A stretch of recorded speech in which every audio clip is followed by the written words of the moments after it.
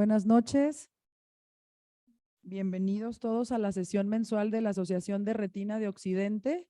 El día de hoy, siendo las 8:40 p.m. del martes 30 de mayo, damos inicio a la quinta sesión de la Asociación de Retina de Occidente y nos congratula con su presencia el doctor Axel Orozco, quien va a ser ponente el día de hoy con el tema evidencia clínica de pigmentos maculares y función de retina. Siguiendo la orden del día, presentarán 3 ponentes su presentación de ingreso a la Asociación de Retina de Occidente, que son 3 retinólogos ya egresados, pues, a quienes posteriormente presentaré. De acuerdo a la sesión pasada, el secretario de la Asociación de Retina de Occidente nos comentará si fue aprobada el acta o no se aprobó.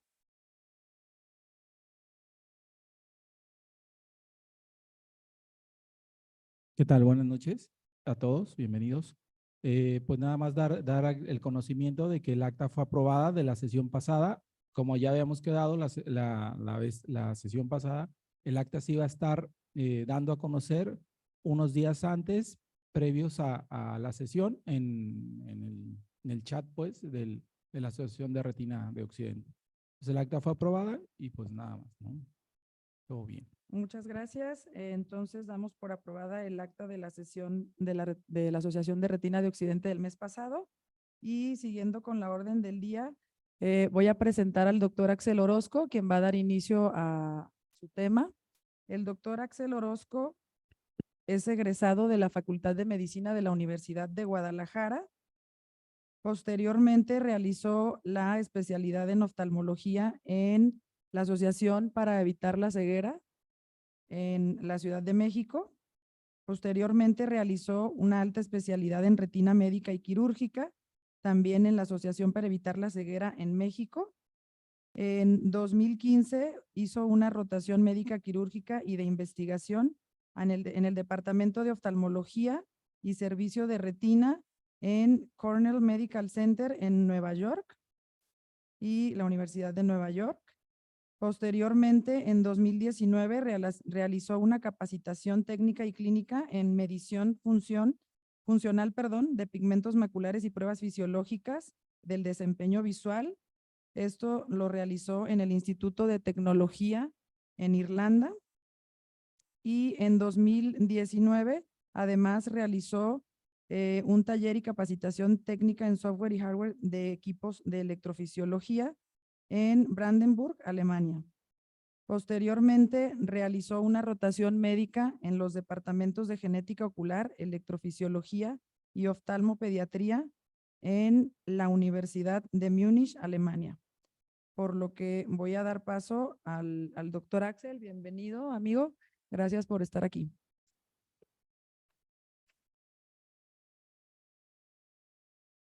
¿Tienen apuntador o no? Y el cable Odin, ¿dónde está para conectarlo? Bueno, pues buenas noches. Para mí bueno, una disculpa antes no haber estado en las sesiones previas. Tanto abril como marzo estaba fuera de la ciudad. Entonces nomás me ha tocado el cambio de mesa directiva que estuvo bastante padre. Agradecerte, Diana. La verdad es que creo que tú merecías estar de presente mucho antes de esto, pero bueno, también tus compromisos en el Hospital Civil, tu doctorado. Y la realidad es que este es un foro bien padre. Yo a la Asociación de Retina de Occidente siento que le debo mucho, en el sentido que fue como mi primer foro donde empecé a dar pláticas, donde empecé a aprender a presentar, donde empecé a profesionalizar mucho de lo que hago hoy en día. Y esto fue también de la mano y del apoyo de todos los grandes retinólogos que, si bien hoy en día ya no están tan presentes físicamente, se conectan y están pendientes de las sesiones grabadas.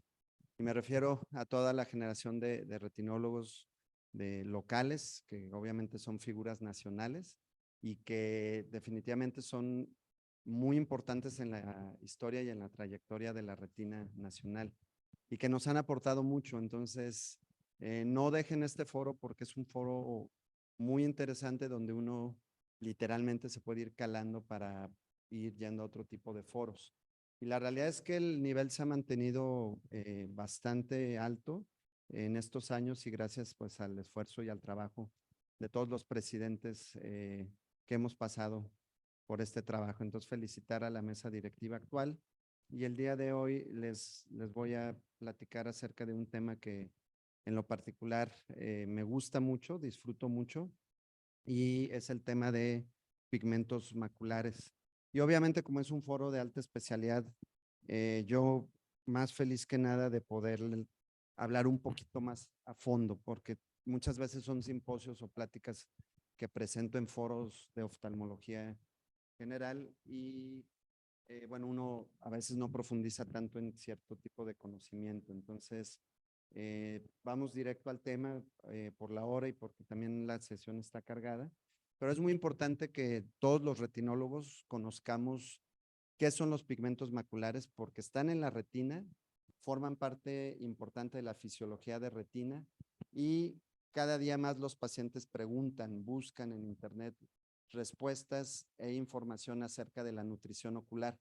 Entonces, si nosotros como retinólogos no tenemos un conocimiento sólido, son de esos tópicos de moda donde el paciente a veces hasta te pregunta para valorar tu nivel de conocimiento respecto al tema. Entonces, si no tienen esta información, es muy posible que un familiar, un paciente que está muy interesado en la nutrición ocular o que ha leído muchas cosas, no los tome muy en serio porque no van a traer. Entonces, por eso es importante ver las bases de los pigmentos maculares y vamos a recalcar un poco los puntos claves. En cuanto a bioquímica, hay que recordar que son carotenoides. Los carotenoides son macromoléculas biológicas, orgánicas que están en la naturaleza y se producen en diversas formas. Son macromoléculas porque tienen cadenas de 40 carbonos y lo interesante es que tienen asociados a estos anillos otro tipo de grupos que les van a dar las propiedades bioquímicas, principalmente de tipo antioxidante. Sin embargo, también les dan su propiedad física de interacción con la luz. Es decir, los pigmentos maculares captan cierta longitud de onda, absorben cierta parte de ese espectro electromagnético y reflejan o emiten otro tipo de onda. Prácticamente todo lo que ven en la naturaleza que tiene color es porque tiene carotenoides en su composición. Y esto va desde el verde hasta el rojo y este espectro va a ser todo lo que podemos apreciar.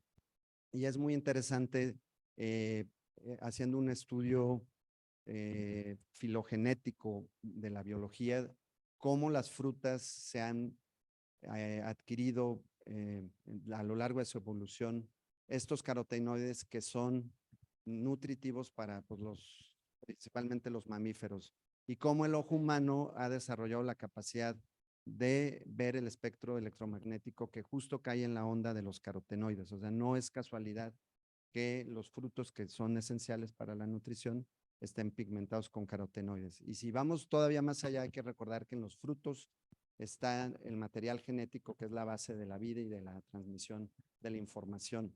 Y esta está contenida en el núcleo de las frutas. Entonces, los carotenoides van a proteger esta información genética ya que es lo más valioso que ha desarrollado la evolución biológica. Y los carotenoides van a absorber longitudes de onda corta principalmente, o sea, es decir, la que tiene alta energía, recuerden la longitud de onda azul-violeta es onda corta y tiene más energía por la amplitud y la frecuencia, pero también tiene el efecto bioquímico que vamos a ver en nuestros pacientes. Estos carotenoides se sintetizan en la naturaleza por plantas, algas, bacterias y hongos, y los mamíferos no los sintetizamos. Este es un ejemplo de unas diapositivas del doctor Salcedo Villanueva, donde vemos a los flamencos mayores, que son aves que vienen en su migración de invierno hacia la península de Yucatán, y vienen a prácticamente toda la península. Hay ríos, el más conocido, el río Celestún. Vemos cómo es de un rojo calizo intenso debido al alto contenido de carotenoides que tienen. Y después de su migración y pasar su invierno y su y su época reproductiva se pigmenta todo su plumaje de este color tan impresionante, incluso el pico amarillo. Entonces, tenemos que a mayor ingesta de carotenoides que tengamos en nuestra dieta, mayor pigmentación en nuestros tejidos. Y recordar que nosotros no tenemos la capacidad de síntesis orgánica de estos elementos. Y si nos preguntamos si estamos consumiendo suficientes carotenoides en nuestra dieta, la respuesta es no. Ahora, ¿de dónde vienen los carotenoides que consumimos en suplementos? Aquí este es un ejemplo muy orgulloso nacionalmente. La empresa llamada IOSA, que es la que produce la base de los pigmentos maculares que trae MacuHealth, pero no solo MacuHealth, sino IOSA le vende a más de 20 compañías globales la base para los pigmentos maculares. Y vienen de la flor del cempasúchil, que está todo el centro de la República y sur, se da de forma natural y hay más de 20 variantes de esta planta que tiene un contenido alto. Entonces, cuando se empezaron a alimentar los pollitos con los granos de maíz amarillo intenso, que fueron nativos principalmente de México y Mesoamérica, se llevan a Estados Unidos y empiezan a ver que los pollitos amarillos, no solo el pollito es más bonito, sino desde su etapa embrionaria, tiene mayor concentración de pigmentos maculares. Y aquí podemos ver una fotografía de una comparación de un huevo de una gallina que tuvo alimentación con maíz amarillo, con carotenoides, y uno que no. Definitivamente es mucho más apetecible el huevo naranja de alta concentración, incluso a la vista, porque, repito, el ojo humano está capacitado para ver los nutrientes en la naturaleza. Y no solo es la yema, sino la misma carne y la piel, sobre todo se van pigmentando y tienen un mayor valor nutricio. Y esto, pues bueno, todo el mundo, todas las doctoras aquí presentes que ya han sido mamás o todo el mundo como doctores sabemos que las primeras etapas de la lactancia se caracterizan por el calostro, que es este contenido que casi es como una mantequilla de un amarillo intenso, y es porque todo el cuerpo, todo el metabolismo de la mujer está hecho para que en las etapas tempranas saque las reservas de carotenoides de todo el cuerpo y se vayan a la lactancia para que el bebé pueda obtener desde los primeros días de nacimiento una alta concentración de carotenoides, principalmente luteína, pero también los otros. Y aquí tenemos estudios donde se demuestra cómo conforme crece el bebé se va pigmentando la mácula con carotenoides. Entonces, hablando de su distribución, hoy en día ya conocemos las distribuciones, están en todo el cuerpo, pero principalmente en retina, sistema nervioso central, hígado, tejido graso, piel. Entonces, algo interesantísimo de la evolución filogenética de los carotenoides es que de 1,400 elementos que existen en la naturaleza, prácticamente solo van a poder ingresar al torrente sanguíneo alrededor de 40. Es decir, hay una selectividad metabólica muy específica. Y de estos 40 nutrientes que pueden ingresar al sistema sanguíneo, solamente 3 van a llegar a la retina y ni uno otro. Obviamente muchos pueden tener procesos bioquímicos, metabolitos y derivarse, pero en forma pura solo estos 3 elementos van a llegar a la retina y al sistema nervioso central. Y eso pues todo mundo especialmente como retinólogos lo tenemos que saber, que son la luteína, la zeaxantina y la mesozeaxantina. Y se distribuyen de forma específica dentro de la retina, ya que van a tener una organización concéntrica alrededor de la fobia, donde a nivel central se encuentra la mesozeaxantina, en la zona parafoveal se encuentra altamente pigmentada con mesozeaxantina y finalmente, zeaxantina a nivel parafoveal y finalmente en toda la mácula se encuentra la luteína. Ahora, ¿cómo hemos llegado al conocimiento? Aquí en 10 diapositivas les voy a hacer un breve resumen de toda la evidencia que existe de nivel A, es decir, de ensayos clínicos. Prácticamente hay más de 153 ensayos clínicos registrados y que tienen pues una formalidad y una metodología para entender lo que vamos a ver el día de hoy. De los primeros reportes y de los laboratorios más avanzados es el laboratorio del doctor Paul Bernstein en Utah. Él, desde etapas muy iniciales, estuvo muy interesado en describir bioquímicamente estos elementos, ya que solo se habían descrito la luteína y la zeaxantina hasta hace unos 3, 4 décadas. Y en estas tinciones especiales, él pudo demostrar que los pigmentos maculares, el color de la mácula, no se basa en las capas profundas como se creía hasta entonces, sino que está en las capas superficiales, principalmente en la plexiforme externa, a nivel foveal, todo el mundo sabemos que se denomina capa de fibras de Henle, y en la nuclear interna. Esto sabíamos hasta hace uno o 2 años, sin embargo, el mismo grupo, mejorando las técnicas de imagen y creando y adaptando esta tecnología que se llama de espectrometría confocal de Raman, podemos ver los pigmentos maculares por su espectro molecular dentro del tejido vivo. Y lo más interesante de esta publicación, que repito, pues tiene apenas un par de años, es que se demostró que los pigmentos maculares no son un depósito estático dentro de la retina, sino que tienen cierto movimiento, y esto va en relación a las necesidades bioquímicas y metabólicas de la misma retina. Entonces se depositan las capas, pero conforme se van usando, porque son antioxidantes, van bajando y finalmente pues llegan a las capas externas. Entonces hoy en día sabemos que todas las capas de la retina pueden tener pigmentos maculares, y principalmente a nivel central. Y mediante imagen lo estamos midiendo con esta tecnología que se llama MPOD, que son Macular Pigment Optical Density, en la cual tomamos con el equipo Spectralis 2 fotografías de autofluorescencia, una con longitud de onda corta y una con longitud de onda mayor. Entonces, ese contraste y esa diferencia en imagen entre las dos técnicas va a crear un radio, una relación entre la diferencia de imagen entre ambas fotografías. Repito, si ustedes se fijan, la autofluorescencia con diferente longitud de onda produce diferentes imágenes.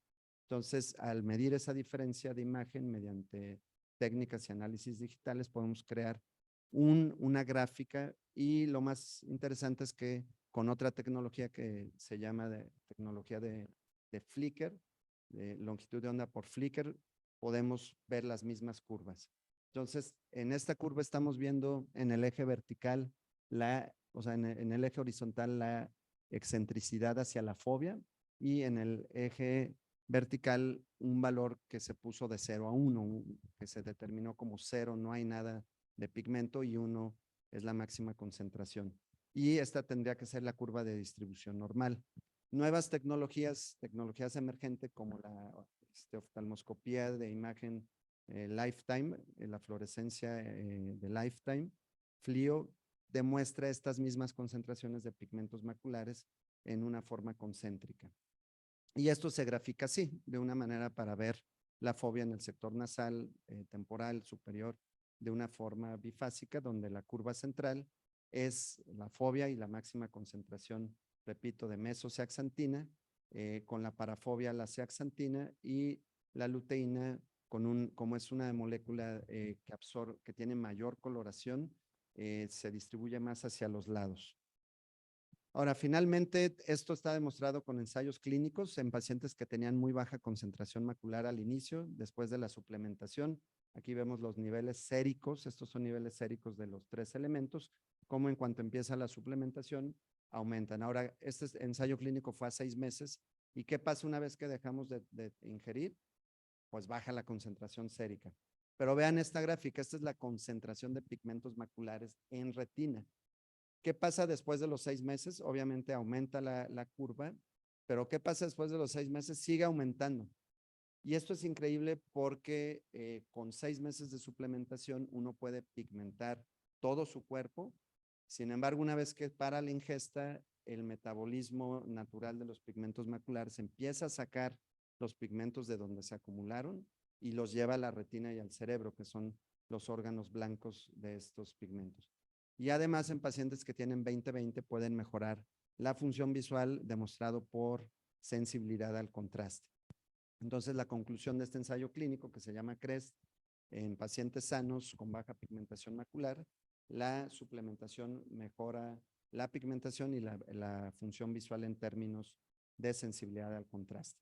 Y ya esta segunda parte es breve, son pruebas que definitivamente vale la pena ir detallando, pero bueno, la agudeza visual Yo, cada que tengo la oportunidad de tener el micrófono, insisto en que si bien es la prueba madre, la guía, es una forma muy simplista de ver a la visión, ya que tenemos propiedades extremadamente complejas.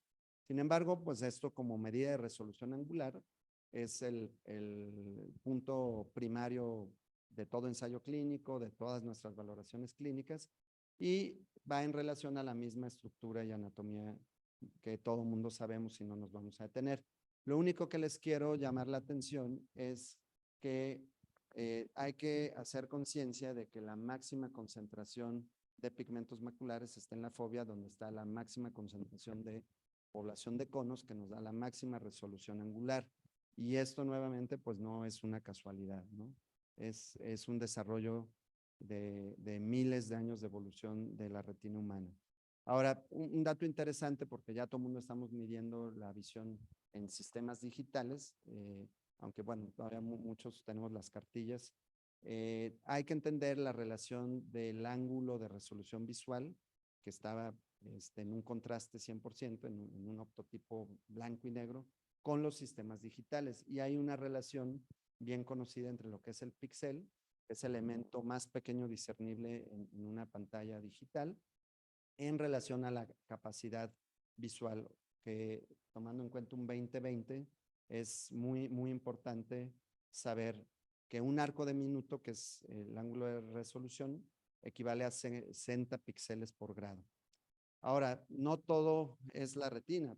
Evidentemente, el procesamiento visual es la gran parte de nuestra experiencia visual. Entonces, la integración en el sistema nervioso central es tan perfecta que si nosotros vemos una imagen de 10 puntos de píxel, vemos una imagen totalmente borrosa y pixeleada, como comúnmente lo llamamos. Si aumentamos este valor a 300 puntos de píxel, el cerebro humano tiene la capacidad de darnos una imagen nítida, siendo que es una resolución bajísima, ¿no? 300 puntos de píxeles es una resolución bajísima. Y de esto toman ventaja todos los sistemas que comprimen archivos, como el más conocido de ellos, el formato PDF, que realmente son archivos de muy baja tamaño, pero una resolución que nos pueden dar buena, ¿no? Ahora, la visión al color, tampoco ahondamos mucho. Todos ustedes creo que nos podrán dar clase a los socios del aro de la fisiología porque lo están estudiando. Simplemente saber que la teoría tricromática sigue vigente, aunque hay otras teorías en términos del procesamiento visual al color, principalmente conforme se han descubierto poblaciones de células ganglionares. Pero la base que, bueno, sigue vigente es, tenemos 3 tipos de conos, el rojo L, verde M y azul S por sus siglas en inglés, y la captación de diferentes longitudes de onda por estos conos, transmisión a células bipolares específicas, y finalmente la organización en las células ganglionares y el procesamiento que a color también tiene que ver mucho con el sistema nervioso, la experiencia, la memoria, la cultura. Hay otras propiedades que tampoco nos detenemos, que es la intensidad y la saturación, y las pruebas de visión al color, que creo que todo retinólogo tenemos que, además de la agudeza visual, estar midiendo visión al color. De estas hay muchas, hay sistemas digitales, y lo importante es tratar de buscar pruebas estandarizadas para poder hacer mediciones seriadas a sus pacientes. En otro tipo de pruebas visuales, que es el desempeño visual, vamos a tener que la mayor concentración de pigmentos maculares en la mácula va a mejorar este desempeño visual.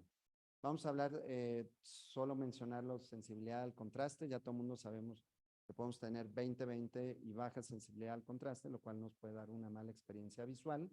También siempre les digo en las pláticas que un paciente que está recién operado de catarata, que ve 20/20, una cirugía perfecta y no está a gusto con su visión, hagan la sensibilidad al contraste y van a ver que la mayoría de ellos tienen baja sensibilidad al contraste, y esto se puede solucionar con la suplementación. Lo importante de la sensibilidad al contraste es que una persona con baja sensibilidad al contraste puede estar perdiendo casi el 9% de la resolución espacial visual. Es decir, no está procesando el 9% de la información que podría en óptimas condiciones captar el ojo. Nuevamente, lo importante de esto es estandarizar la prueba, porque si ustedes agarran una cartilla, un panel que no esté estandarizado, la verdad es que no hay un punto de referencia. Esto es bien fácil con un sistema digital.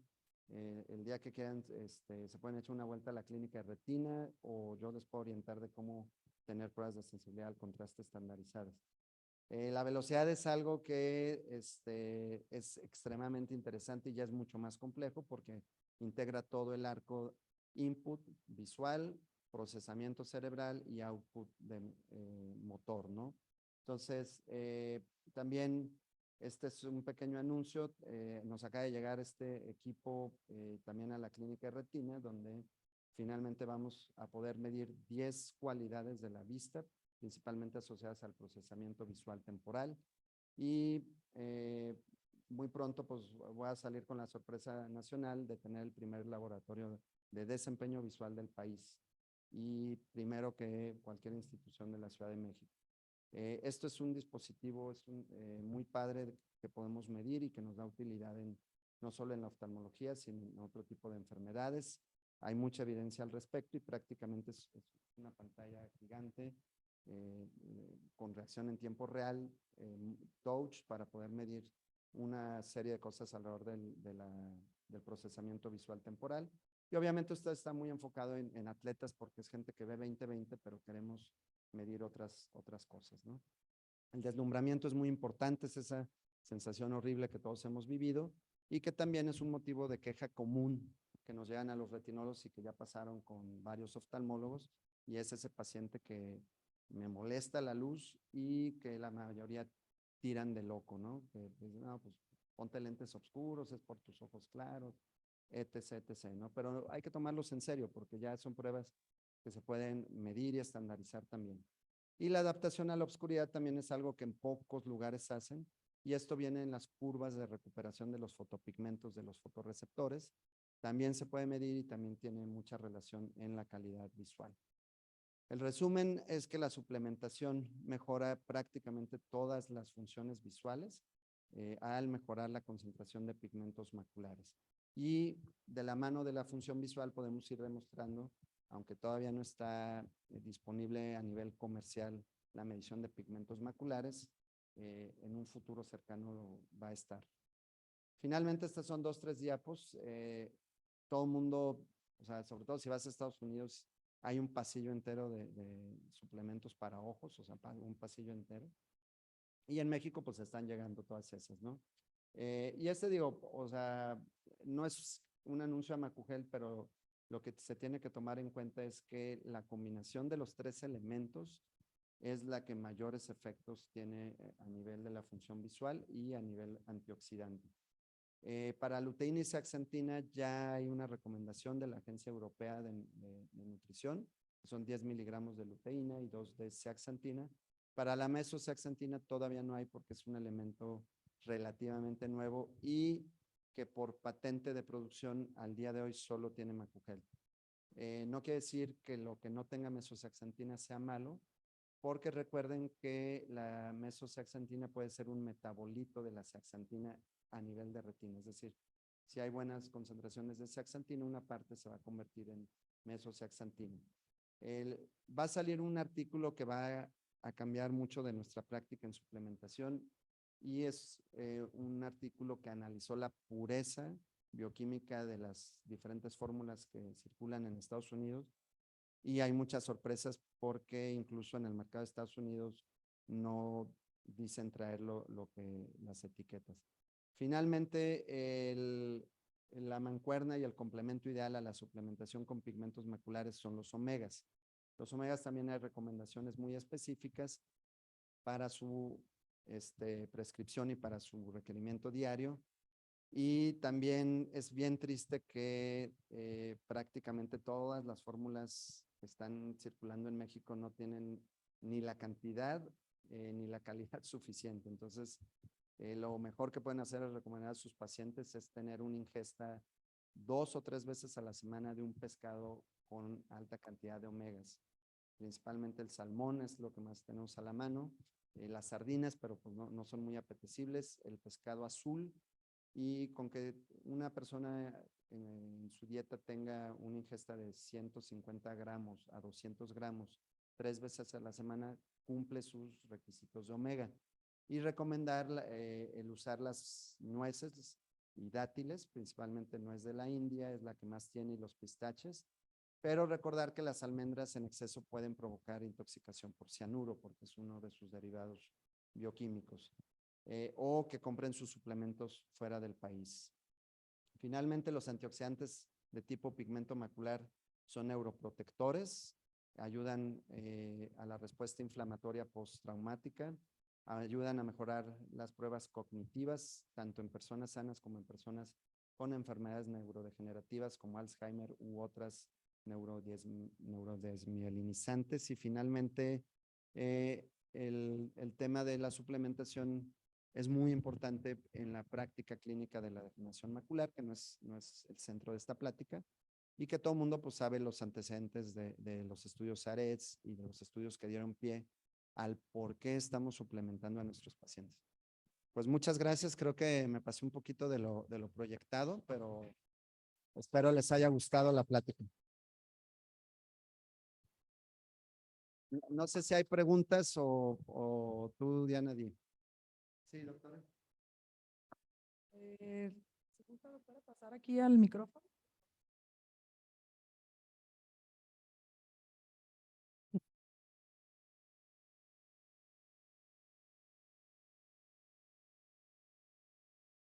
Es muy apasionante y muy vigente. Ay, se está haciendo pesado. El tema de los antioxidantes, ya que hace prácticamente 15, 20 años, hablar de antioxidantes era hablar de alguna cosa como charlatanería, y me da mucho gusto que ahora se esté hablando más de ellos. A mí me gustaría comentar que gracias a que hay algunas estructuras anteriores del ojo, como es la córnea, que absorbe totalmente la radiación ultravioleta C, que normalmente no pasaba a la Tierra gracias a la capa de ozono, pero gracias a que haya un agujero de esta capa, está pasando, pero es absorbida totalmente por la córnea, no afecta a la retina. La segunda es que el cristalino también protege a la retina del daño fotodinámico.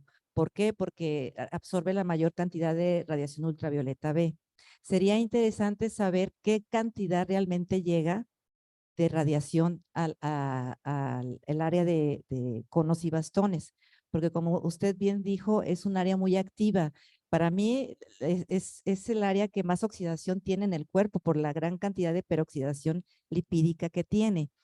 Ahora bien, yo tengo una duda. ¿Estos pigmentos pueden limitar el daño fotodinámico o pueden también prevenirlo? ¿O las dos cosas? El daño fotodinámico, o sea, el daño causado por luz. Sí, exposición a así luz. es. Bueno, como bien menciona, Muchas gracias, prácticamente doctor. gracias, el 98% de la radiación fuera del espectro visible es absorbida por córnea y cristalino. Y es bien curioso que también los pigmentos maculares con la edad se van depositando también en la corteza del cristalino. Incluso la coloración amarilla en parte es porque ahí hay pigmentos maculares, porque hay un proceso oxidativo. Pero como bien menciona la doctora, son las estructuras que absorben la mayor parte de la longitud de onda dañina. Ahora, en términos de lo que llega a retina, sí está medido, o sea, perfectamente. Y de aquí aprovecho a responder una duda que siempre sale, que es el típico, el riesgo, la exposición a los dispositivos, ¿no? Porque todos los papás quieren que los oftalmólogos regañemos a los niños de no usar los dispositivos, ¿no? La realidad es que la exposición a un dispositivo no tiene ni punto de comparación con lo que un ojo humano se expone estando en un día despejado a la luz natural solar. Y tenemos los mecanismos para adaptar eso. Pero definitivamente la mácula que tiene alta pigmentación tiene procesos degenerativos muy disminuidos por la capacidad de antioxidante. Otro de los datos nuevos que salió apenas el año pasado es el análisis del estudio AREDS. La corte a 10 años se analizó y inicialmente se había demostrado que los pacientes con degeneración intermedia eran los que se beneficiaban de no avanzar a las etapas avanzadas de la degeneración. Sin embargo, en el análisis de los pacientes que se suplementaron con degeneración temprana, también se vio que se retrasó la progresión a intermedia y avanzada. lo cual demuestra prácticamente que la mácula con alta concentración de pigmentos, porque estuvieron suplementados, va a retrasar el daño degenerativo y oxidante de la retina. Entonces, sí, pues muy bien, yo creo que seguimos, ¿no? Porque todavía faltan 3. Faltan 3. Oye, muchas gracias, Axel, por la plática tan enriquecedora. Nada más me gustaría preguntarte algo más. ¿En qué otras patologías consideras, de acuerdo a los ensayos clínicos que se han realizado, que pudieran tener un valor clínico sustentado científicamente como para dar la suplementación en la práctica clínica?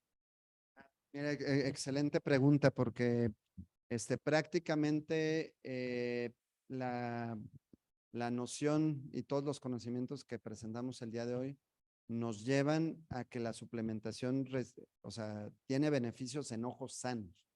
Entonces, no hay mucha evidencia respecto a patologías específicas en términos de ensayos clínicos, pero bueno, hay publicaciones al respecto en degeneraciones congénitas, distrofias de retina, en miopía y en procesos vasculares. Incluso en diabetes en edema macular hay cierto grado de evidencia.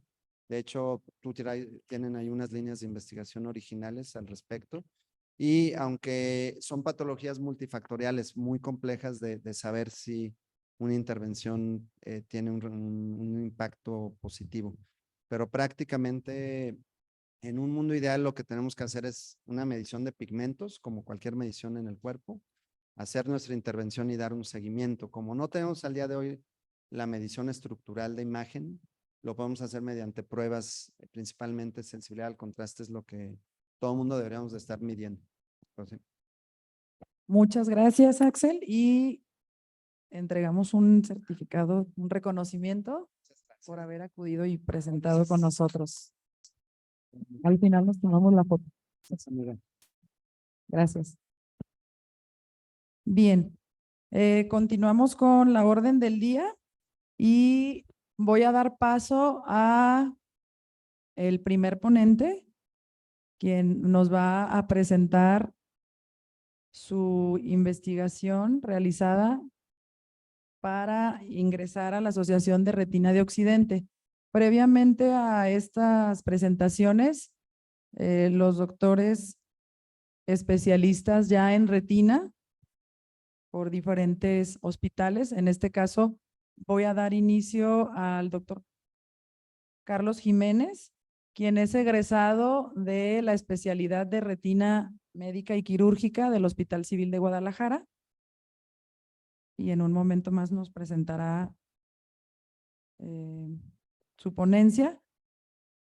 Y bueno, dar las gracias a los doctores retinólogos que se animan y están dispuestos a unirse a la Asociación de Retina de Occidente y seguir trabajando juntos para mejorar pues prácticamente la educación médica continua a nivel del occidente del país. Le voy a ceder la palabra al doctor Carlos. Hola, buenas noches. Bueno, pues agradeciendo aquí su presencia, todos muchas caras conocidas. Y bueno, voy a dar inicio a la presentación del trabajo. Está titulado como Evaluación de los cambios a corto plazo en la presión intraocular, cambios en la microvasculatura papilar y yuxtapapilar después de la aplicación intravitrea de antiangiogénicos.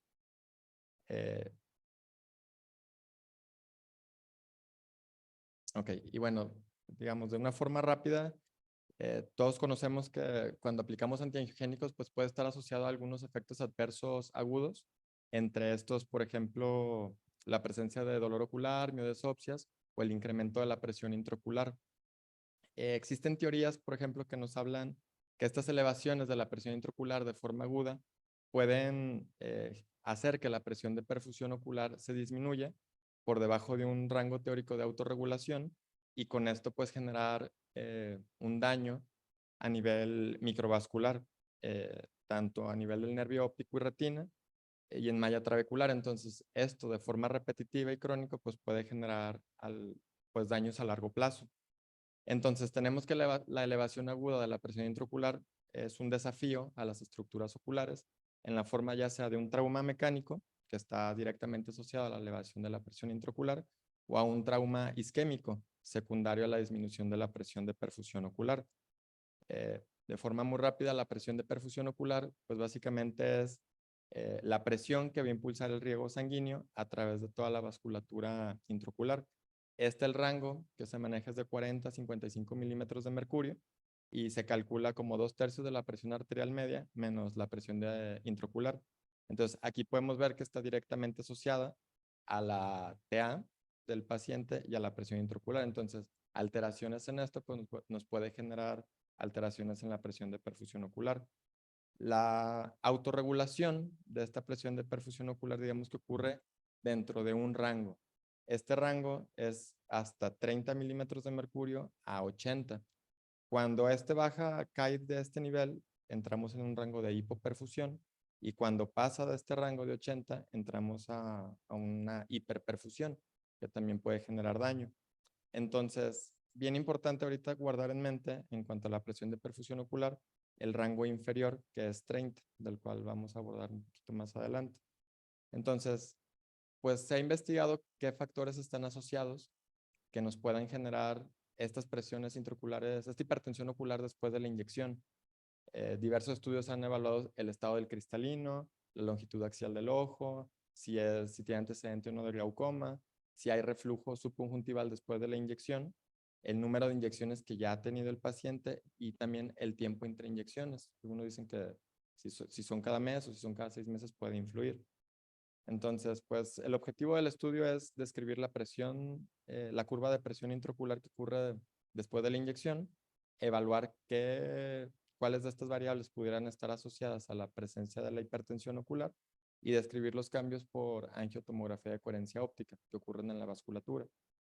Este fue un estudio prospectivo, observacional, transversal, descriptivo, analítico y comparativo. Se realizó en el Hospital Civil de Guadalajara. Básicamente, pues incluyeron todos los pacientes que iban a aplicar antiangiogénico por cualquiera de estas causas: retinopatía diabética, degeneración macular, neovascularización coroidea, y los criterios de exclusión es que tuvieran alguna otra causa que te pudiera condicionar la hipertensión ocular, principalmente pues glaucoma diagnosticado o antecedentes de cirugías de glaucoma. Digamos que las variables se tomaron en 3 fases. La primera fue antes de la inyección, se hizo un pequeño cuestionario al paciente, se tomaron datos como la edad, el género, se les tomó la tensión arterial y se hicieron mediciones para tomar la longitud axial, la profundidad de la cámara anterior, el estado del cristalino. Se le preguntó al paciente si era virgen a tratamiento y si no, cuántas inyecciones previas había tenido, y la presión intraocular, tanto basal como la presión de perfusión ocular basal. Durante el procedimiento se observó si los pacientes presentaban reflujo vítreo y posterior al procedimiento pues se tomó la presión intraocular justo después de que se inyectaron, o sea al minuto 0, al minuto 5, a los 15 y a los 30 minutos. De forma similar se calculó la presión de perfusión ocular. Se observó qué pacientes necesitaron paracentesis y se hizo el OCT, tanto OCT y OCTA de nervio óptico y de mácula, tanto previo a la inyección como justo posterior a la inyección. Entonces, definimos hipertensión ocular como una presión intraocular mayor a 30 milímetros de mercurio posterior al procedimiento.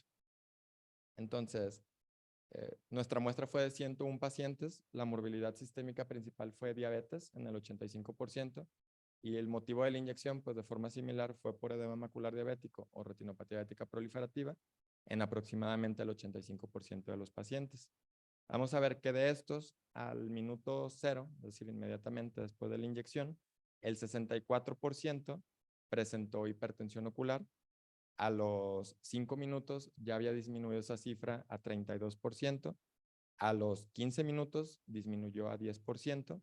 Y ya a los 30 minutos únicamente el 3% se mantuvo con cifras tensionales mayores a 30. Todo esto tuvo una diferencia estadísticamente significativa respecto a los pacientes que no presentaron hipertensión ocular, hasta los 30 minutos que esa diferencia ya no fue significativa. La presión intraocular de los pacientes que presentaron hipertensión, vemos que fue de 45 milímetros de mercurio en el minuto 0 Es decir, esto fue un incremento aproximado de 30 milímetros de mercurio, pero al minuto 5, pues esta descendió en 18 para llegar a 27 milímetros. Vamos a ver que la diferencia en ambos grupos, incluso al minuto 30, se mantuvo con unas diferencias estadísticas significativas. Y en cuanto a la presión de perfusión ocular, aquí esto es algo muy importante porque justo inmediatamente después de la inyección, la presión de perfusión ocular disminuyó a 26 milímetros de mercurio. Justo lo que veíamos que ya está eso por debajo del rango de autorregulación y que en teoría introduce al paciente a un riesgo teórico de hipoperfusión. Algo que también llamativo es que al minuto 5 la presión de perfusión ocular se recuperaba casi inmediatamente. Esto porque vemos que, pues como la PIO está directamente asociada, como disminuía al minuto 5, pues la presión de perfusión ocular volvía a incrementar y mejoraba.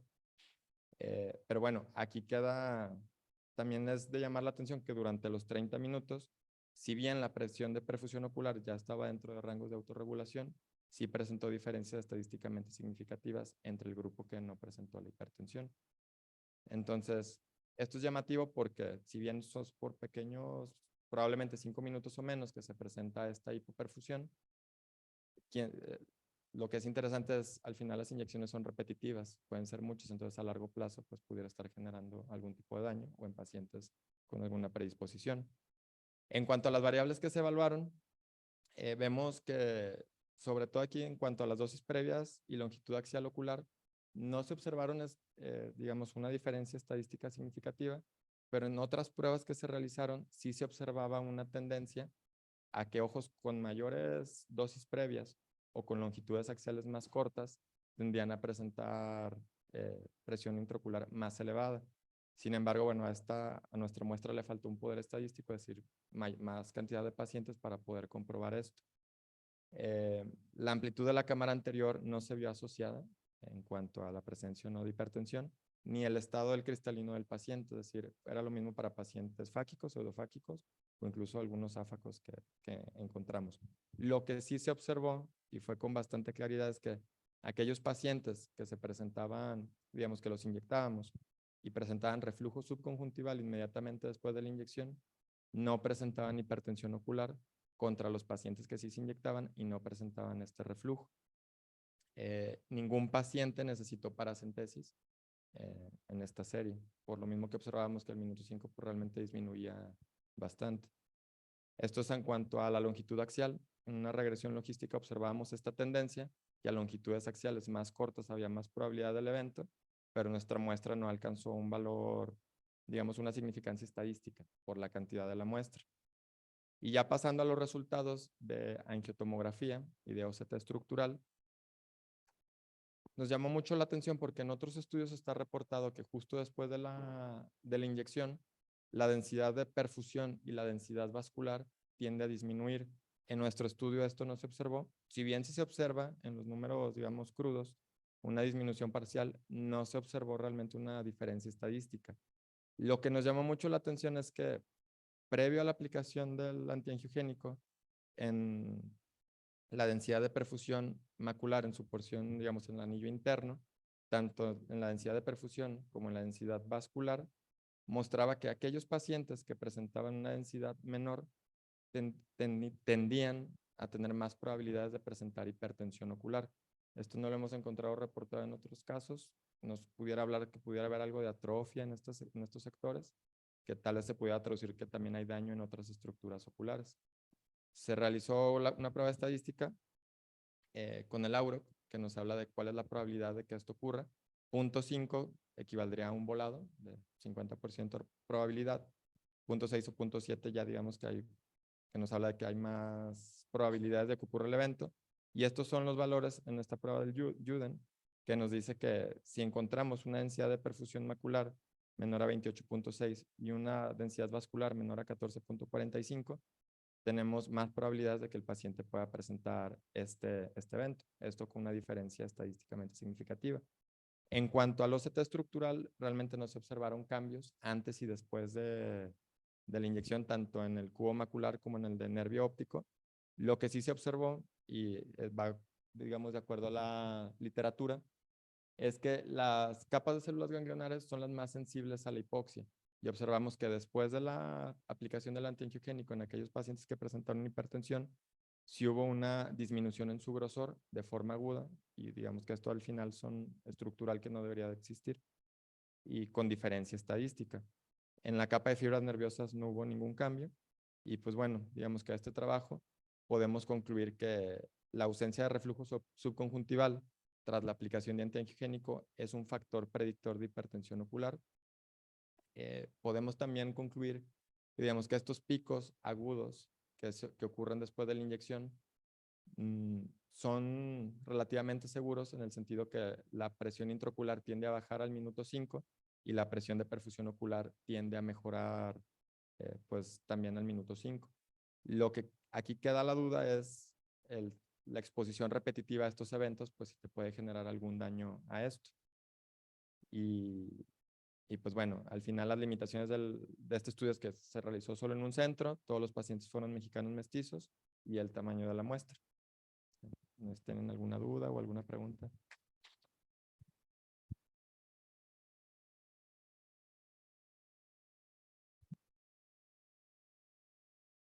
Yo creo que es un muy buen trabajo. Felicidades, Carlos. Y pues bienvenido nada más. Yo creo que a considerar de tu estudio, importante conocer esto en pacientes tal vez que estamos inyectando, que ya tienen un glaucoma preexistente, tomar esto en cuenta, no sé, para realizar una paracentesis o tal vez para cambiar ahí un poquito nuestra técnica de inyección. Y nada más mi pregunta sería si la dosis que le fueron inyectando a estos pacientes fue una dosis estandarizada y qué antiangiogénico les aplicaron, o sea, cambió el antiangiogénico, fue el mismo antiangiogénico y también lo de la dosis, ¿no? O sea, sí fue realmente la misma dosis para los 101 casos, pero muchas felicidades. En todos los pacientes fue la misma dosis, 5 unidades. En el CIVIL en este momento estamos aplicando bevacizumab. Entonces fue el mismo medicamento para todos los pacientes. Las mediciones las hizo una sola persona. La técnica de inyección sí varió pues, fueron distintos médicos quienes inyectaron, que también ahí observamos que algunos médicos tendían a tener más reflujo subconjuntival que otros, probablemente asociado directamente a la técnica.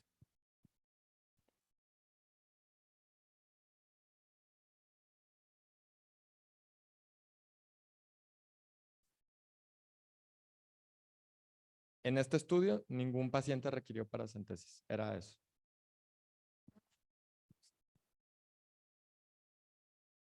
Sí. Ajá, sí, exacto.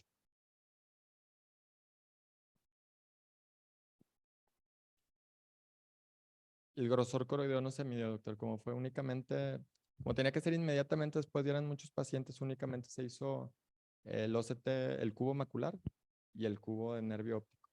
Y lo que se hizo fue el OCTA, pero ahí no se midió, en la segmentación no se midió los grosores que pudiera estar.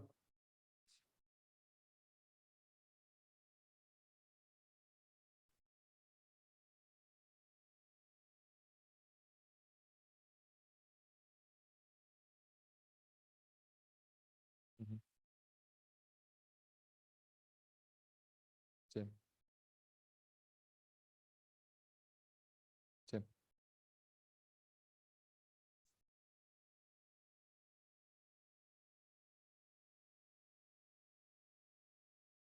Ahí pudiera aparecer algo.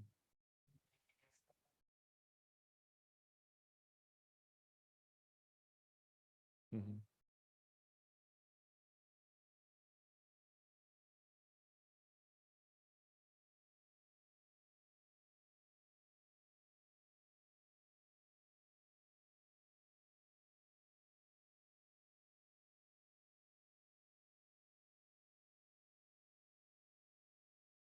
Interesante ahí agregar. Gracias, doctor. ¿Alguna otra duda, otra pregunta? Continuamos. Muchas gracias, doctor Carlos. Y al final voy a dar la palabra a la doctora Virginia Rivero, quien representa al Comité de Admisión de la Asociación de Retina de Occidente, para que nos pueda dar unas palabras sobre estos 3 trabajos y poder dar por terminada la sesión.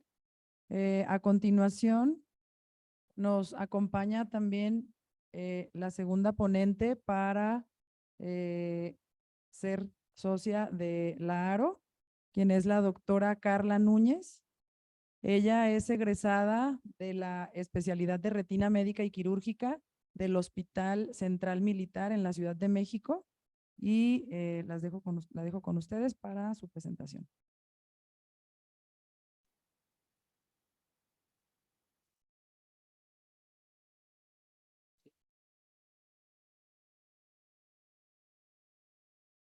Hola, buenas noches. Soy la doctora Carla Núñez y voy a presentarles el trabajo de investigación titulado Frecuencia de adhesión vitreomacular en pacientes con degeneración macular relacionada con la edad.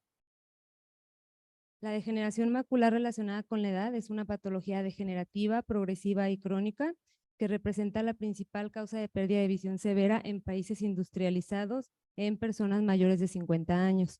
Como sabemos, no existe tratamiento curativo, por lo que el enfoque ha sido ralentizar el curso de la enfermedad, disminuir la progresión o, en su defecto, tratar las complicaciones.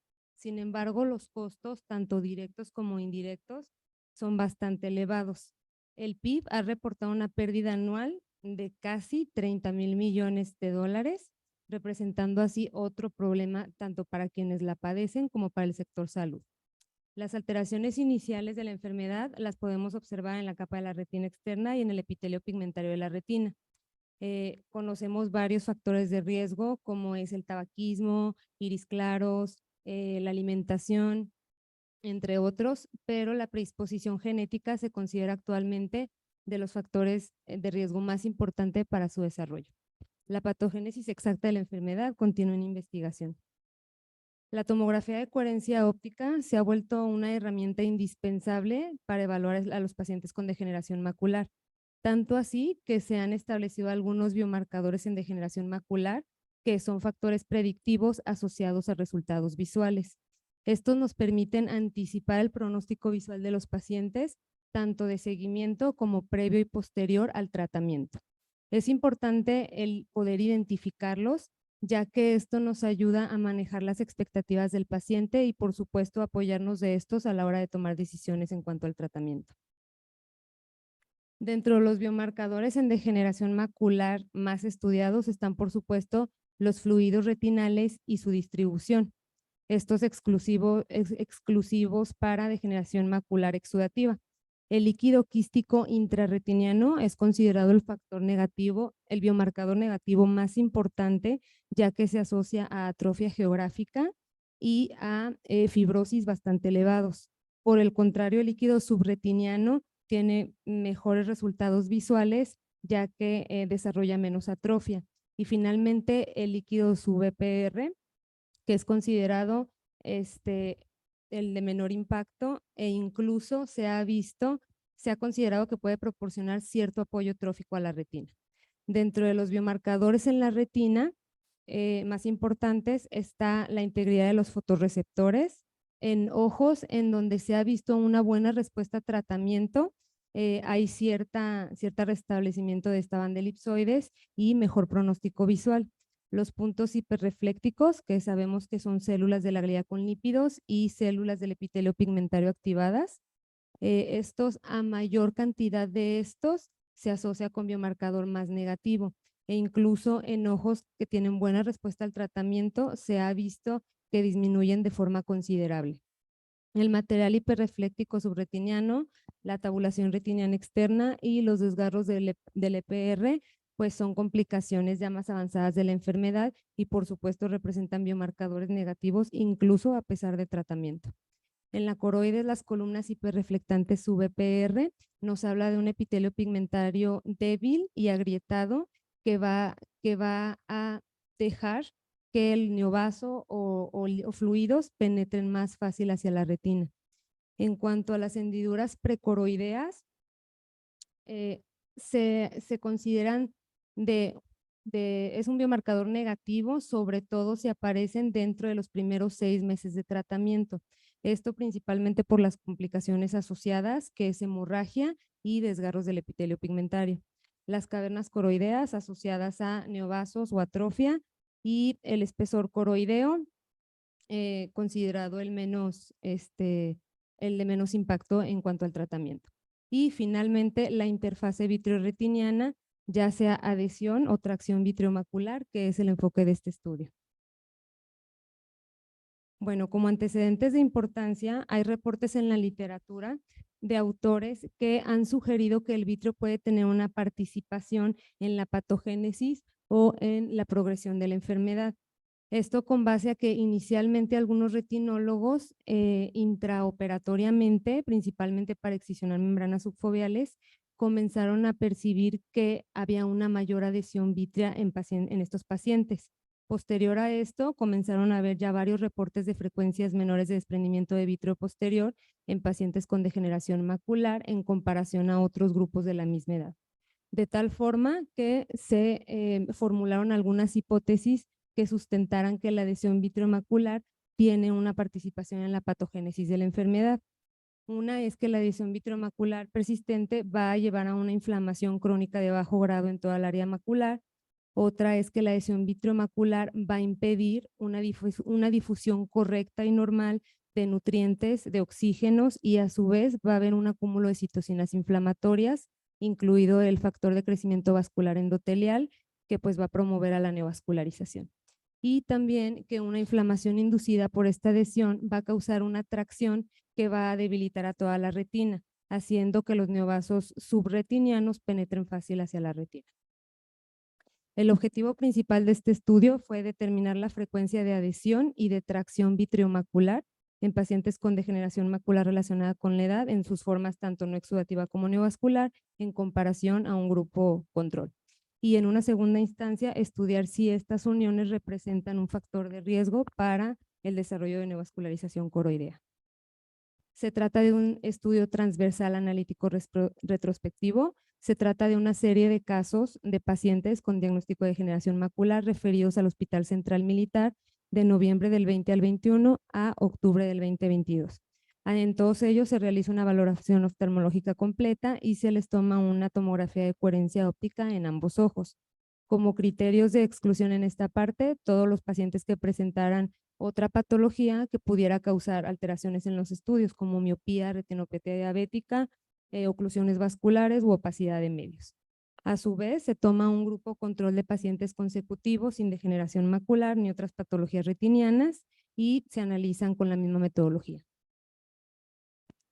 Las variables dependientes a estudiar fueron adhesión y tracción. Adhesión, descrita como una unión vitreomacular mayor a 1500 micras de diámetro sin cambios en la retina.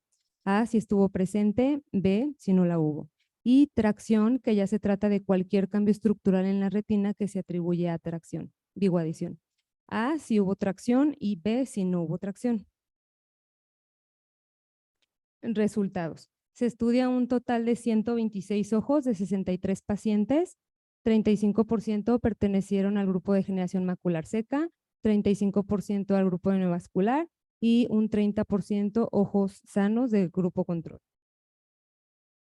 La edad media por grupo fue para la degeneración macular neovascular de 78 años, para la no exudativa de 74 años y en el grupo control 71 años. Predominó el género femenino con un 62% y los ojos pseudofacos con 53%. En el gráfico, las columnas de su izquierda representan los ojos que no presentaron adhesión vitreomacular, mientras que las columnas de la derecha, los que sí presentaron adhesión.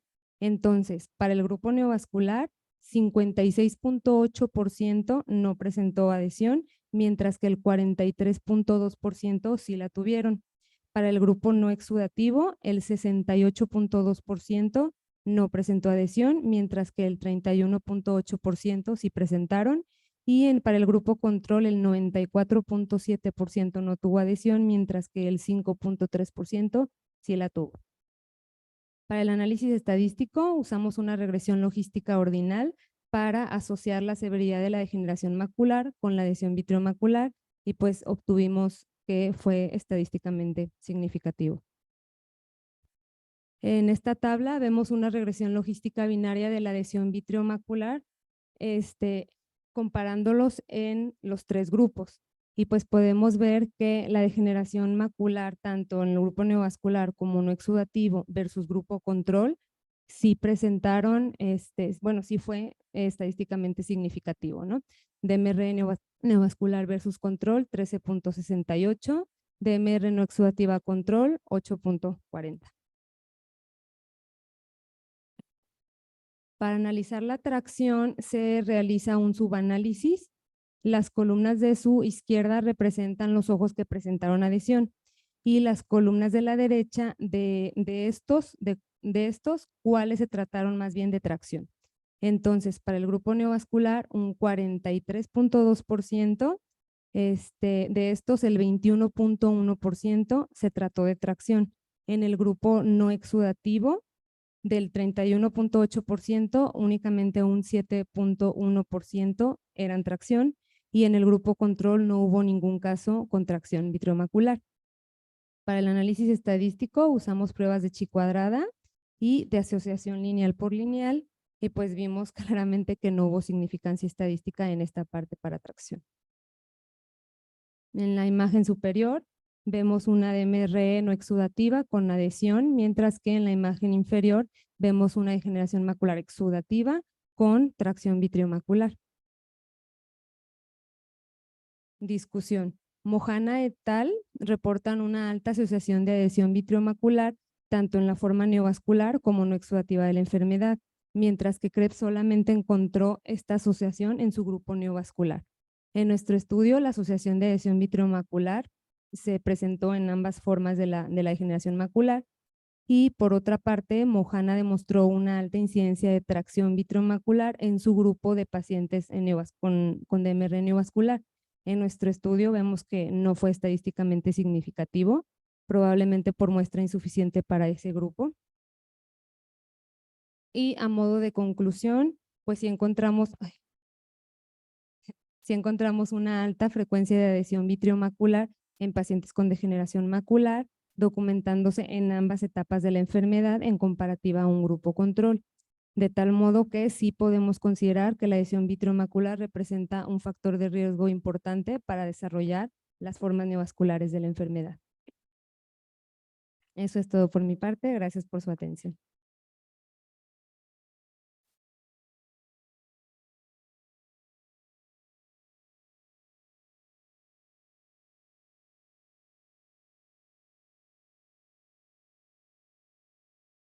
No sé si alguien de los asistentes tenga alguna duda o alguna pregunta para la doctora Carla. ¿No? Bueno, yo quiero felicitarte, Carla, por tu presentación. Me pareció que la desarrollaste excelente, y preguntarte si, yo sé que en tu estudio fue un transversal analítico, pero si en este tipo de pacientes consideran que aparte de estar con el tratamiento de inyección antiangiogénica, tratar el síndrome de tracción vitreomacular. Sí, de hecho sí, y se pretendía continuar el estudio a un grupo de pacientes que se les realizara vitrectomía de modo profiláctico, sobre todo a los no respondedores con antiangiogénico, pero pues la verdad es que es bastante complicado obviamente al hacer un estudio así, se tiene que explicar detalladamente al paciente, y la verdad es que sí tuvimos cierta reticencia de muchos pacientes, porque estamos hablando de un factor de riesgo a estudiar, ¿no? Entonces, pues si le hablas al paciente de operarlos porque se ha visto, se está estudiando, etcétera, pues la verdad es que sí tienen mucha reticencia a participar en esto. Muchas gracias. No sé si alguien tenga algún otro comentario. Bueno, agradecer tu presentación, Carla, y al final antes de que termine la sesión, ya les estaremos comentando. Gracias. Bien, a continuación, ya por último, pero no menos importante, el doctor Leonel Peña nos va a presentar su trabajo para ingreso a la Asociación de Retina de Occidente. Él es egresado del Hospital Civil de Guadalajara con especialidad en retina médica y quirúrgica. y actualmente pues también ya se encuentra en su clínica, en su clínica privada y así como los otros ponentes. Voy a dar paso a tu presentación. No.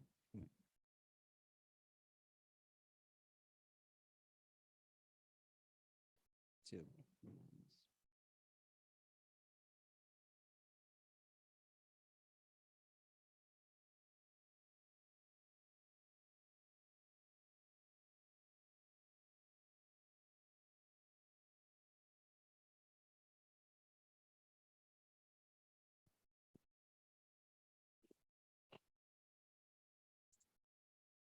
Muy bien, buenas noches.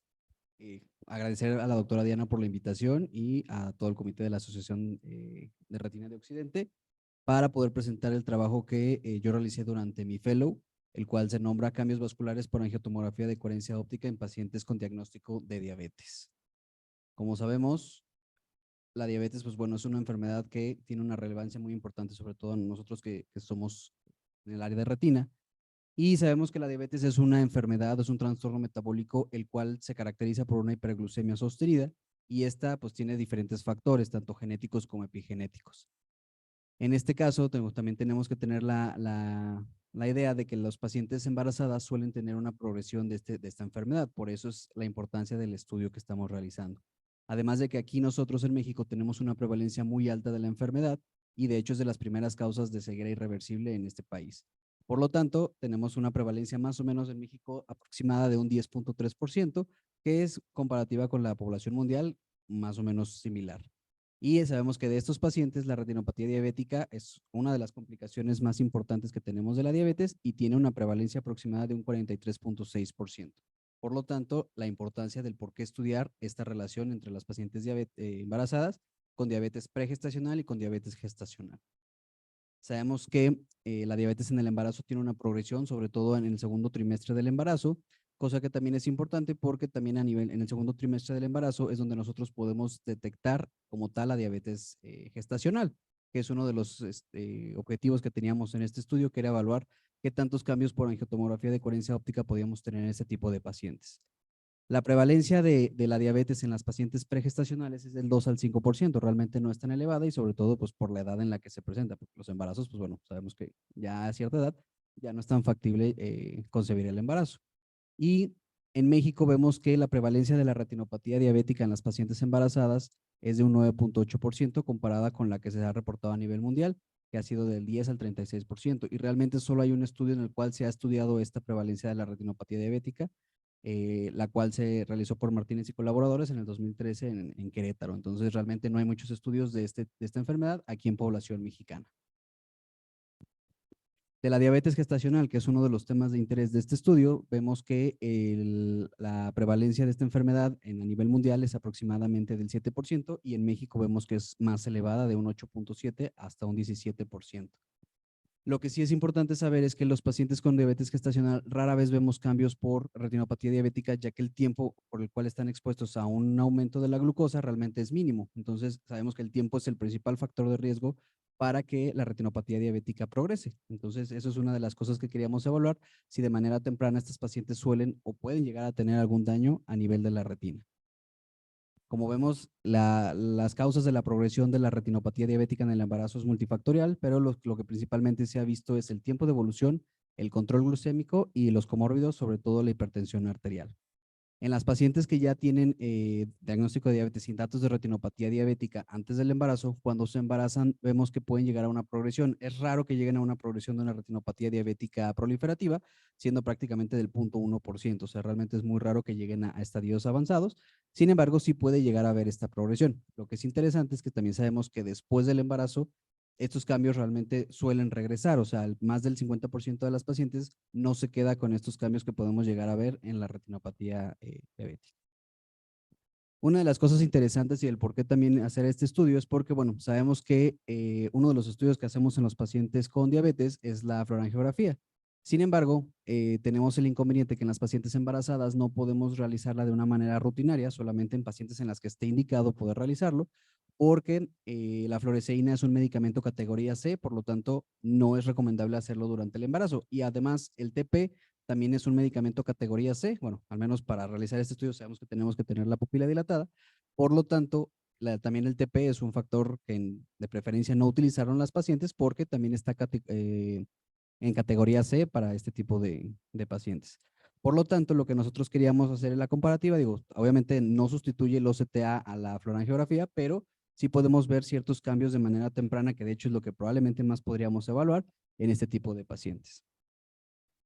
Como antecedentes, tenemos que Miles y Ameji prácticamente demostraron lo mismo, que los pacientes con retinopatía diabética tienen una menor densidad vascular, cosa que, pues bueno, es algo que ya es bien sabido. Y ya para las pacientes que son diabéticas gestacionales o pacientes que tengan diabetes previo al embarazo, Sugimoto y colaboradores encontraron que no había cambios en la zona vascular foveal en las pacientes embarazadas sanas contra las pacientes embarazadas con diabetes o diabetes mellitus gestacional. Lu y Wang concluyeron que hay una reducción importante en la densidad vascular en las pacientes de los grupos de embarazadas con y sin diabetes gestacional, sobre todo en el plexo superficial, que de hecho es lo que nosotros también evaluamos en este estudio, la parte del plexo superficial. Ya como objetivo del estudio, lo principal era identificar y evaluar los cambios vasculares por angiotomografía de coherencia óptica en las pacientes embarazadas y en pacientes embarazadas con diagnóstico de diabetes. Nuestras pacientes embarazadas era nuestro grupo control. El material y métodos, bueno, es un estudio transversal analítico en el cual nuestra población fueron pacientes del Hospital Civil de Guadalajara, del servicio de obstetricia, las cuales fueron evaluadas en el área de retina del mismo hospital. Para el cálculo de la muestra tomamos el estudio de Louis Wang, que fue uno de los que presenté de antecedentes, en el que vemos que aproximadamente por cada grupo deberíamos tener un promedio de 36 pacientes para que fuera un resultado estadísticamente significativo. En los criterios de inclusión, básicamente son pacientes que fueran mayores de 15 años con diagnóstico establecido de diabetes, ya sea diabetes mellitus tipo 1, tipo 2 o diabetes gestacional, pacientes que tuvieran una valoración oftalmológica completa, que tuvieran su registro completo y que el OCT fuera de buena calidad. Ya de los criterios de exclusión, pues prácticamente pacientes que no quisieran participar en el estudio, que no contaran con una valoración oftalmológica completa, que no se les pudiera recabar toda la información o realizar el estudio del OCTA, o que tuvieran alguna enfermedad que pudiera llegar a comprometer o alguna cirugía que pudiera llegar a comprometer la vasculatura a nivel de la retina. Básicamente, para sacar los datos, hicimos una entrevista dirigida en un documento específico que yo realicé y lo pasamos a una base de datos electrónica donde posteriormente hicimos su análisis para el cálculo de la muestra y el procesamiento de los datos. Hablando de los resultados, tuvimos un total de 90 pacientes, se evaluaron un total de 180 ojos de estos pacientes y vemos que la prueba de Kolmogorov tiene una normalidad. La muestra la dividimos en 4 grupos, 30 pacientes del grupo de diabetes gestacional, 26 pacientes del grupo de diabetes mellitus tipo 2, solo 4 pacientes del grupo de diabetes mellitus tipo 1 y 30 pacientes del grupo control. También esta muestra la dividimos en el trimestre del embarazo, viendo que la mayoría de las pacientes se encontraban en el tercer trimestre del embarazo. Hablando de las variables sociodemográficas, vemos que la media de la edad fue aproximadamente de 28 años. En esta tabla, bueno, básicamente lo que puse en los cuadritos son los que son resultados estadísticamente significativos, que digo, en las variables sociodemográficas no hay mucho que analizar. Sin embargo, ya en los marcadores séricos sí vemos pues esta diferencia, porque pues también como estamos analizando el grupo control, pues vemos que en ellas no tenemos valores de glucosa y hemoglobina glucosilada alteradas. Lo que también evaluamos fue el grosor macular. Lo que aquí es interesante es que prácticamente no hubo ningún resultado significativo entre las pacientes que sí tenían diabetes y las pacientes que no tenían diabetes en cuanto al grosor macular. Ya aquí hicimos una tabla en la cual analizamos por grupo de trimestre y aparte el tipo de diabetes, en donde vemos que prácticamente donde sí hay ciertos cambios es en las pacientes que están en el tercer trimestre, que fue la mayoría de los pacientes estudiados, en comparativa con las pacientes que no tuvieron diabetes. Entonces vemos que los pacientes de diabetes mellitus tipo 2 y diabetes gestacional fueron los que sí presentaron ciertos resultados estadísticamente significativos, sobre todo en esto de la glucosa y la hemoglobina glucosilada, que pues es algo obvio esperado. La agudeza visual más común de todas las pacientes fue de 20-20. Vemos que ya de las lesiones del segmento posterior hubo una prevalencia aproximada del 12.2%, cosa que, bueno, se asocia mucho a lo que ya habíamos visto en los antecedentes, y vemos que la mayoría de las pacientes tenía una retinopatía diabética leve y solo 5 pacientes tenían retinopatía diabética no proliferativa moderada. La mayoría de estas pacientes, como bien mencionaba, se encontraban en el tercer trimestre del embarazo y de estas, la mayoría de esas pacientes eran diabéticas tipo 2. Ninguna de las pacientes presentó datos de retinopatía diabética proliferativa y tampoco hubo pacientes que tuvieran datos de edema macular. Ya hablando de la glucosa, vemos esta gráfica en la que de cajas y bigote, en donde vemos que prácticamente pues, la distribución de la glucosa va a variar mucho dependiendo del grupo que se esté estudiando, viendo que el grupo con mayor niveles de glucosa fueron las pacientes del primer trimestre y las pacientes diabéticas tipo 2. Vemos que las que se salen un poco de esta normalidad son las pacientes diabéticas tipo 1, que son las que presentan niveles más altos de glucosa. Ya viendo esta gráfica de correlación, vemos que hay una correlación negativa entre lo que es el grosor macular y la glucosa, o sea que básicamente a mayor glucosa, menor es el grosor macular central que vemos en estas pacientes, cosa que también vimos con una correlación significativa entre la glucosa y la zona vascular del plexo superficial, en donde a mayor glucosa, mayor era el tamaño de la zona vascular foveal. Esto, bueno, lo podemos traducir a que los pacientes que tienen glucosas más altas, el grosor macular probablemente sea disminuido porque la densidad vascular de los pacientes con diabetes está disminuido. Por lo tanto, probablemente esa sea la causa del por qué encontramos este tipo de resultados. Hablando de la hemoglobina glucosilada, realmente, de hecho, la FID, que es la Federación Internacional de la Diabetes, no recomienda que se tome la hemoglobina glucosilada como un parámetro para las pacientes diabéticas gestacionales porque realmente no es algo que vaya a variar mucho. Aquí realmente vemos pues, que sí, las pacientes que tuvieron mayor niveles de hemoglobina glucosilada fueron las pacientes diabéticas tipo 1, que son las que mayor tiempo de evolución tienen de la diabetes. Hablando del grosor macular, vemos que el promedio del grosor macular central fue de 237 micras y los pacientes que tenían mayor grosor macular fueron las que estaban en el segundo trimestre y los pacientes con diabetes gestacional. Vemos aquí esta gráfica de correlación en donde vemos una correlación negativa, que era lo que les había explicado en cuanto al grosor y la zona vascular foveal. Entonces, también una cosa importante que vemos es que a mayor grosor macular, menor es el tamaño de la zona vascular, tanto para el estudio que se hace de 3x3 como el estudio que se hace de 6x6. Otra de las cosas que encontramos es que a mayor grosor macular, también la densidad de perfusión va a aumentar. Entonces aquí sí, esa es una de las correlaciones que prácticamente más encontramos y que sí tuvo una relevancia estadísticamente significativa. Hablando del grosor macular promedio, pues básicamente se comportó de la misma forma que el grosor macular central y vemos que los grupos con mayor grosor fueron los del tercer trimestre y las pacientes que no tuvieron diabetes. Hablando de las alteraciones estructurales del OCTA, vemos que el 13.3% de las pacientes presentaban alteraciones, siendo la más frecuente la erosión de la zona vascular foveal. 10% de los ojos que tenían diagnóstico clínico de retinopatía diabética no mostraban alteraciones estructurales a nivel del OCTA y solo el 2.7% de estos presentaba algún grado de retinopatía diabética y se veían las lesiones a nivel del OCTA. Vemos que en el estudio del 3x3 prácticamente si comparamos por los tipos de diabetes, todos los resultados fueron estadísticamente significativos en cuanto a las densidades de perfusión y los porcentajes de perfusión que estamos evaluando entre los grupos. Ya si lo dividimos entre cada grupo, vemos que prácticamente las únicas que tuvieron resultados estadísticamente significativos fueron las pacientes con diabetes gestacional cuando se comparaban contra las diabetes mellitus tipo 2 y las pacientes sin diabetes. Para el OCTA del 6x6 prácticamente fueron los mismos resultados, por eso no los presento. Entonces vemos que de un estudio tanto de 3x3 como de 6x6, los resultados van a ser prácticamente los mismos. Aquí vemos como una correlación negativa, que es de la densidad de perfusión del plexo superficial. A mayor densidad de perfusión, vemos que la zona vascular foveal va a ser menor. Y ya hablando por último de la zona vascular foveal, vemos que prácticamente los grupos que mayor tuvieron el tamaño de la zona vascular foveal fueron las pacientes del primer trimestre y los pacientes con diabetes mellitus tipo 2. Vemos entonces que en el primer trimestre realmente la vasculatura de la zona vascular foveal, probablemente el tamaño va a cambiar conforme vayan pasando los trimestres. Y ya si lo comparamos de una manera de todos los grupos, vemos que en el tercer trimestre fue el único donde sí hubo unos resultados estadísticamente significativos si lo comparamos entre la diabetes gestacional con la diabetes mellitus tipo 2 y con el grupo control. Básicamente en este estudio encontramos que la prevalencia del diagnóstico de retinopatía diabética en cualquier estadio de las pacientes fue de un 12.2%, siendo el grupo de la diabetes mellitus tipo 2 el más prevalente. De estas pacientes, solo el 7.2% tenía un diagnóstico de retinopatía diabética no proliferativa leve y un 5.6% de moderada. no hubo pacientes que tuvieran ni edema macular y no hubo pacientes que tuvieran retinopatía diabética proliferativa. De todos los grupos, el que tuvo mayor densidad vascular fuera la diabetes gestacional y las pacientes que se encontraban en el tercer trimestre. Por lo tanto, vemos que la diabetes gestacional probablemente pueda aumentarnos lo que es la densidad de los vasos. Sin embargo, no como tal causar un daño, sino simplemente aumentar en cuanto a la densidad. Y el grupo con menor densidad fue el de la diabetes mellitus tipo 2, que ya es una cosa demostrada.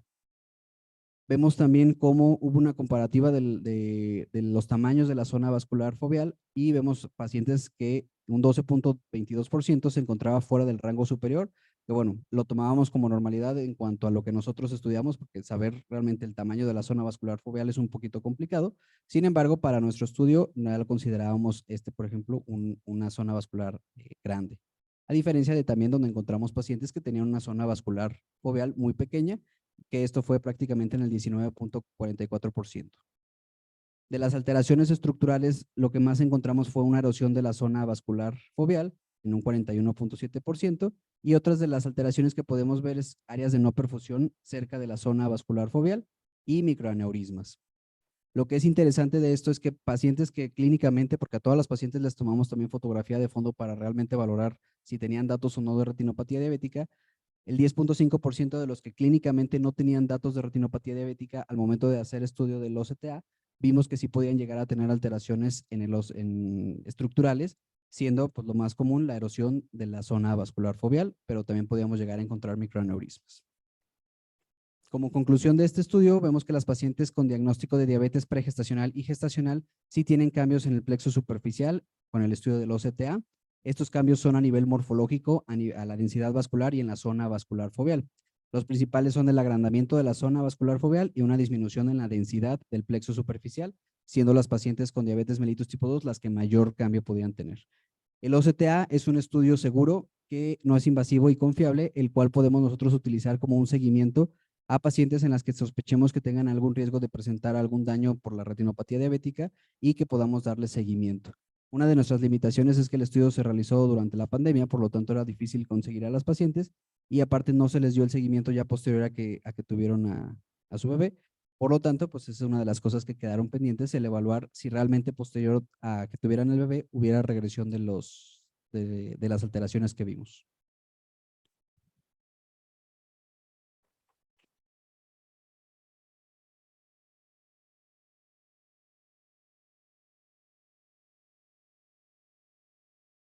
Pues igual muchas felicidades a Leonel, muy buen trabajo, la verdad es una muy buena línea de investigación.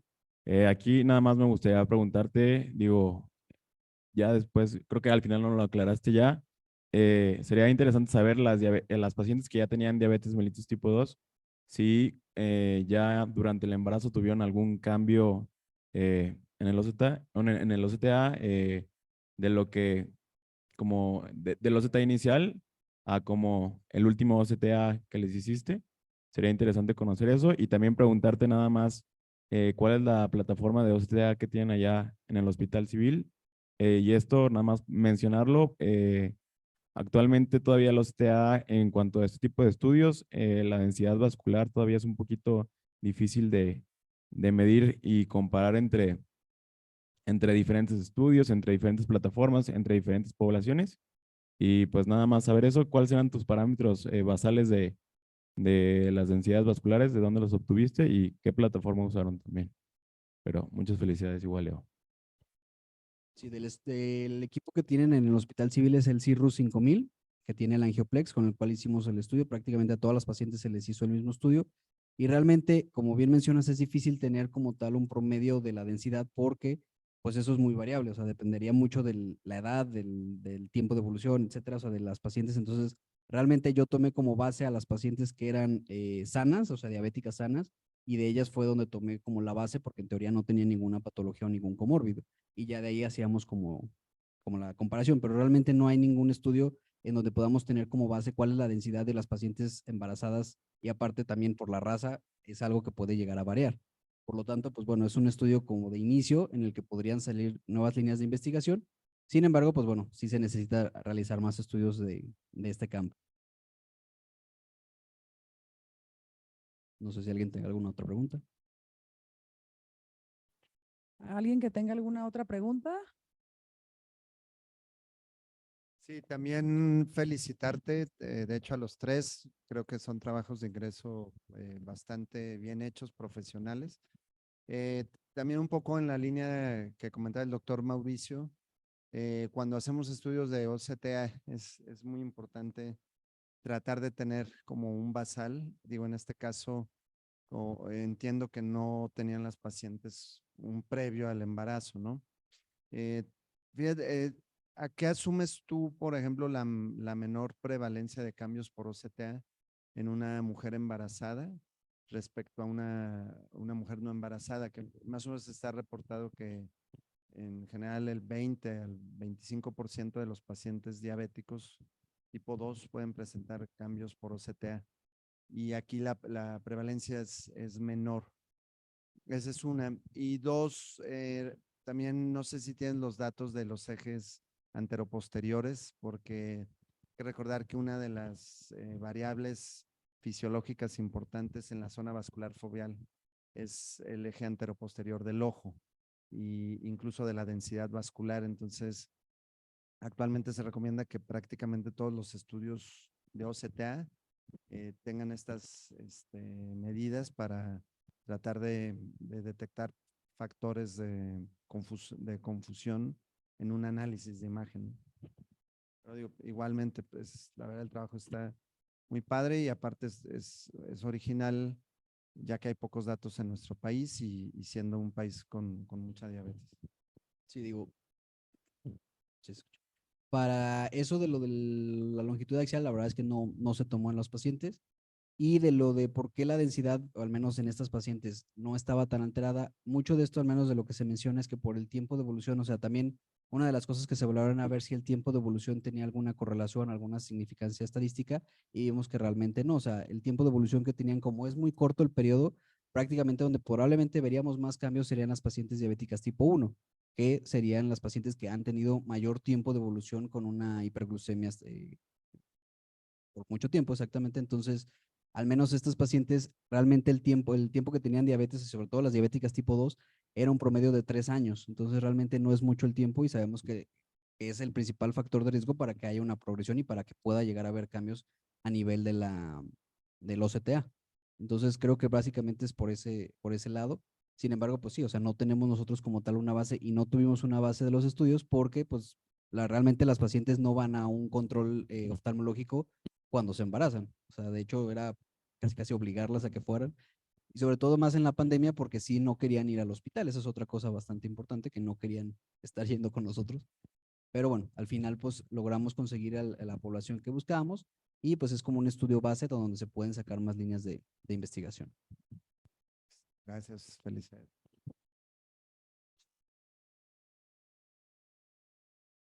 Muy bien, muchas gracias. Gracias, doctor Leonel, por tu presentación.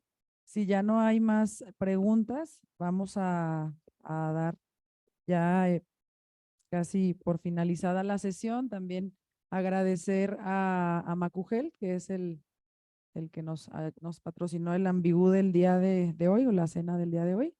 Y pues bueno, ya para finalizar la sesión, le pediría a la doctora Virginia si puede pasar como representante del comité de admisión para pues dar la bienvenida a los tres ponentes y sus comentarios. Gracias, doctora.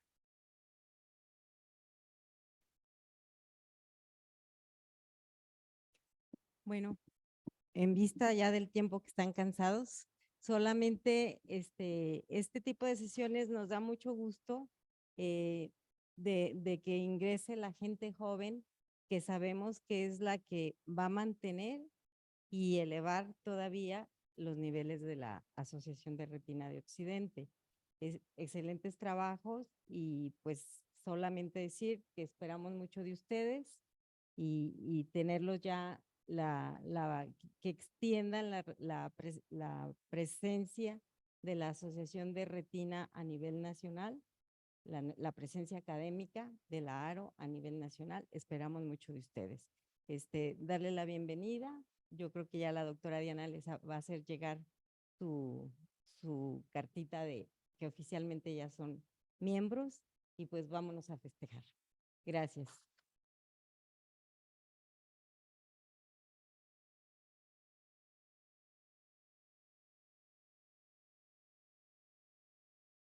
Muy bien, muchas gracias, doctora, y bienvenidos a los 3 doctores retinólogos a la Asociación de Retina de Occidente, siendo las 22:14 horas del 30 de mayo. Doy por finalizada la sesión y pues muchas gracias a los asistentes.